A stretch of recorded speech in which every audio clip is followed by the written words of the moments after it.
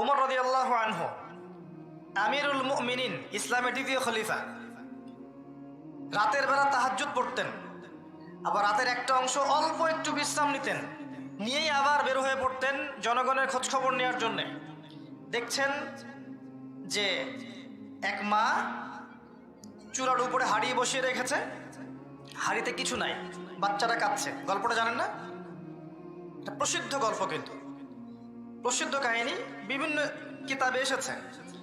তো তিনি গিয়ে জিজ্ঞাসা করলেন, কি সমস্যা, বাচ্চা কাঁদছে কেন, খাবার কোথায়? এই মহিলা বলছে, ওয়াল্লাহি হাযা বাইনি ওয়া বাইনা উমর, আল্লাহর কসম করে বলছি এই অবস্থাটা আমার ওমরের আর আল্লাহর মাঝখানের ব্যাপার। মানে এ অভিযোগ করছে আল্লাহর কাছে ওমর সম্পর্কে রাদিয়াল্লাহু আনহু। সে তো চিনতে পারেনি যে এই ব্যক্তি ওমর রাদিয়াল্লাহু আনহু। কথা বুঝতে পারছেন? আচ্ছা, এবার ওমর রাদিয়াল্লাহু আনহু একটু ভয় পেয়ে গেলেন, মানে বিচলিত হয়ে পড়লেন যে আমার ব্যাপারে আল্লাহর কাছে দাবি রাখলে তো সমস্যা না। তিনি এমন মানুষ ছিলেন যিনি বলেছিলেন যে ইরাকের ফোরাত নদীর কিনারায় যদি কোনো ছাগলের বাচ্চা না খেয়ে মারা যায়, আমি ভয় পাই যে আল্লাহ পাক সেজন্য আমাকে জবাবদিহি করতে পারেন। এমন ছিলেন তিনি, আমিরুল মুমিনিন। খেজুর পাতার মসজিদে বসে অর্ধবিশ্ব শাসন করেছেন, অর্ধবিশ্ব, এবং মাটিতে ঘুমাচ্ছেন। তার ব্যাপারে একটা প্রসিদ্ধ কথা আছে, হাকামতা আদালতা আমিনতা ফানিমতা। হে ওমর, তুমি বিচার কার্য পরিচালনা করেছো, ন্যায় বিচার করেছো, নিরাপত্তা দিয়েছো, এরপর ঘুমিয়েছো। তারপর তিনি কি করলেন? বললেন, ইয়া আমাত আল্লাহ, হে আল্লাহর বান্দি, একটু অপেক্ষা করো, আমি আসছি। তিনি চলে গেলেন মদিনায়, গিয়ে ওই যে রিলিফ দেয় না, রিলিফ ত্রাণ রাষ্ট্রীয় কোষাগার থেকে, সেখান থেকে একটা বড় বস্তা খাদ্য, জব বা গম এই টাইপের নিজের কাঁধে ওঠালেন। নিজের কাঁধে, অ্যাসিস্ট্যান্টের কাঁধে নয়, নিজের কাঁধে, গাড়িতে করেও নয়, পায়ে হেঁটে কাঁধের মধ্যে এই বস্তাটা নিয়ে তিনি হেঁটে হেঁটে যাচ্ছেন ওই মহিলার বাসা পর্যন্ত। তার পাশে একজন সাহাবী ছিলেন, তার নাম ছিল আসলাম রাদিয়াল্লাহু আনহু। ইনি বলছেন যে, ইয়া আমিরুল মুমিনিন আনা আহমিলু, হে আমিরুল মুমিনিন, আমাকে দেন, আমি বহন করছি। তখন উমর রাদিয়াল্লাহু আনহু বলছেন, হাল আনতা তাহমিলু উযরি ইয়াউমাল কিয়ামা, তুমি কি কিয়ামতের দিন আমার পাপ বহন করবে? তুমি কি কিয়ামতের দিন আমার পাপ বহন করবে, আমার বোঝা বহন করবে? আজকে এটা চাচ্ছ তুমি আমার কাছে? নিজে কাঁধে করে নিয়ে গিয়ে ওই মহিলাকে দিলেন, নিজের হাতে রান্না করে বাচ্চাগুলোকে খাওয়ালেন। এরপরে গিয়ে আল্লাহর কাছে কেঁদে কেটে দোয়া করলেন, আল্লাহ, তুমি আমাকে যে দায়িত্ব দিয়েছ, আমি হয়তো দায়িত্ব পালন করতে পারছি না, তুমি আমাকে ক্ষমা করে দাও। আমি কিভাবে আপনাকে বুঝাবো যে এগুলো হচ্ছে ইসলাম? ইসলামের এই সৌন্দর্যগুলো দেখে হাজার হাজার অমুসলিম ইসলাম কবুল করেছে। ইসলাম তরোয়ারির জোরে ছড়ানো হয়নি, মানুষকে জোর করে, বোমাবাজি করে, সন্ত্রাসবাদ ছড়িয়ে এভাবে ইসলামের প্রচার হয়নি, কখনো হবেও না ইনশাআল্লাহ।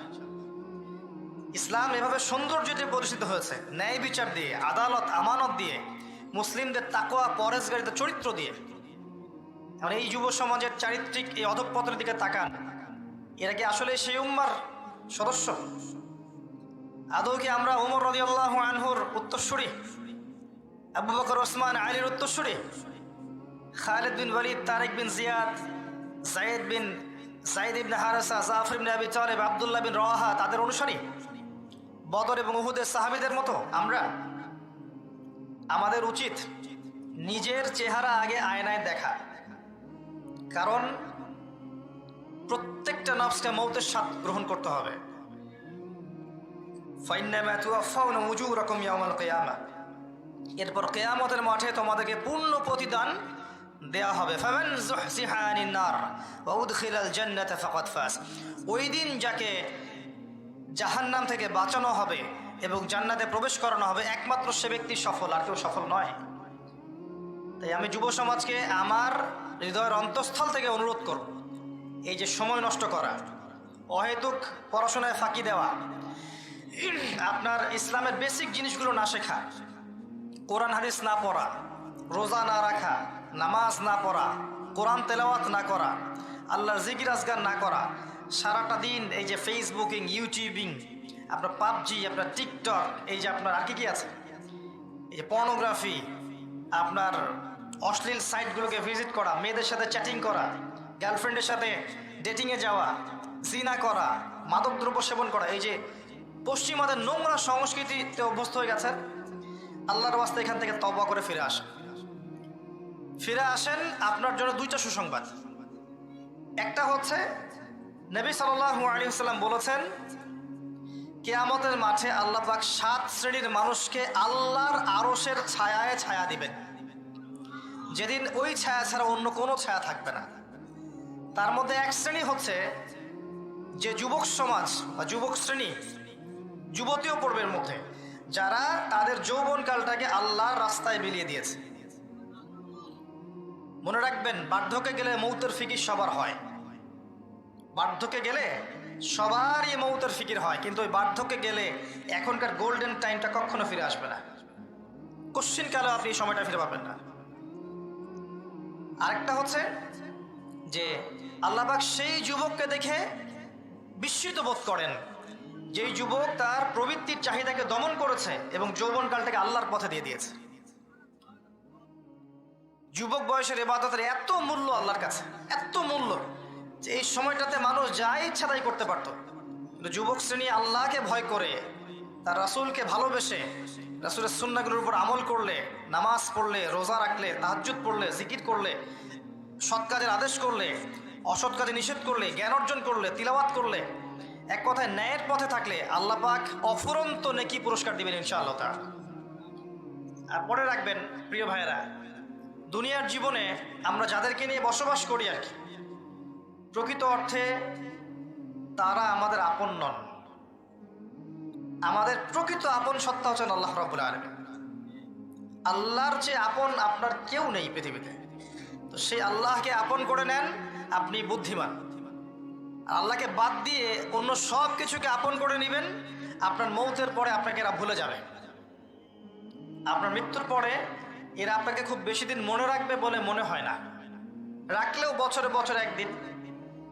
কিন্তু আল্লাহ রাব্বুল আলামিন একটা মুহূর্ত আপনাকে ভুলে থাকবেন না। একটা হাদিস মনে পড়লো যে আল্লাহ পাকের কাছে 100টা রহমত আছে, মানে 100 ভাগ রহমত আছে, দয়া আছে, ভালোবাসা আছে। তার মধ্যে 1 ভাগ তিনি সৃষ্টি জগতের মধ্যে দিয়েছেন। ওই যে গাভী তার বাচ্চাকে চেটে পরিষ্কার করে না, কুকুর তার বাচ্চাকে দুধ খাওয়ায় না, ওই 1 ভাগ রহমতের জন্য, 1 ভাগ দয়ার কারণে। বাকি 99 ভাগ রহমত আল্লাহ পাক তার নিজের কাছে রেখেছেন, যেটা দিয়ে তিনি কিয়ামতের মাঠে বান্দার প্রতি রহম করবেন। আমরা আল্লাহর রহমত পাবো ইনশাআল্লাহ। প্রয়োজন হচ্ছে তওবা করে ফিরে আসা। পাপ হবেই ভাই, জীবনে চলতে গেলে পাপ হবেই, উঠতে বসতে চলতে ফিরতে পাপ হতেই থাকবে, কিন্তু তওবাও হতে থাকবে ইনশাআল্লাহ। যত পাপ তত তওবা, যত পাপ তত তওবা।